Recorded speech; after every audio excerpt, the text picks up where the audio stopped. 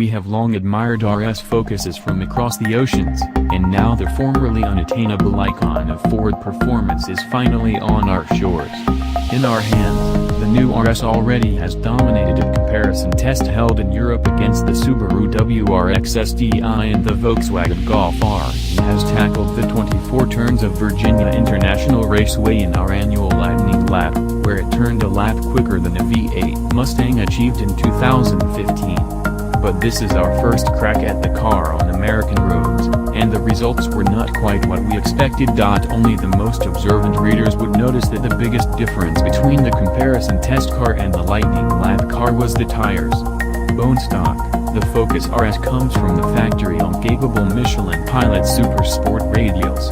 Like our Lightning Lap car, this example came with a $1,990 wheel and tire package consisting of a specific 19-inch forged aluminum wheel and as racy a tire as you can put on a street car, the Michelin Pilot Sport Cup 2.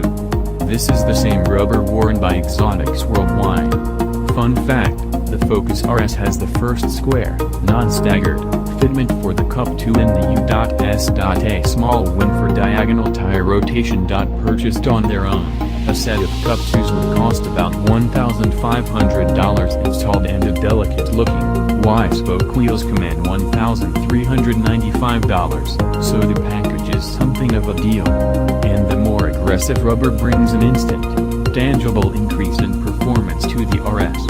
Stopping from 70 miles per hour takes 154 feet, which is only 4 feet shorter than the Super Sport Shot RS, but lateral acceleration jumps from just below 1.00 grams to 1.04 grams. It's that kind of lateral grip that allows the Cup 2 equipped RS to lap for as quickly as it does. This RS's accelerative performance, 0 to 60 miles per hour in 4.6 seconds and a 13.4 second quarter mile, is unchanged. There is no question that the RS is a feral beast, and on this ultra-sticky rubber, it follows every last pavement crack, bump, and tar strip while the firm suspension keeps body roll in check. In the sterile lap of a well-groomed racetrack, this translates to a connection between car and driver that we dream of. However, once you transition to Michigan's far from perfect public roads, housebreaking the RS proves to be the frustrating stuff of a ride, and handling engineers' worst dreams. This RS vibrates like a paint shaker on two-lane roads. It borders on unlivable when respecting posted speed limits. Crank up the velocity to criminal levels, and the RS actually settles down a bit. The ride evens out and the steering stops favoring the road topographical features and starts to better hew to the driver's desires. But it's a lot to ask of the driver, say, his or her license, when a good car is at its best only when doubling the speed limit. The dampers are adjustable, but the stiffer of the two settings is seriously over-damped for public roads.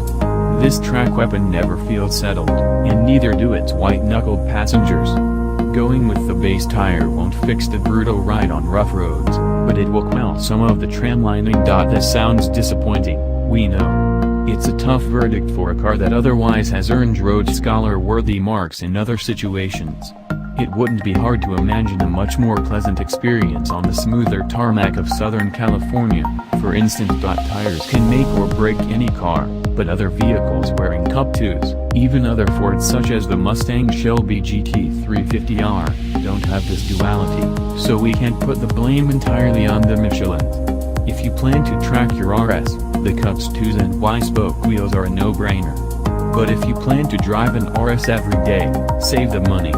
You won't forego any of the fun this car delivers with the standard Super Sports, and you'll avoid making your passengers wish they'd taken an Uber.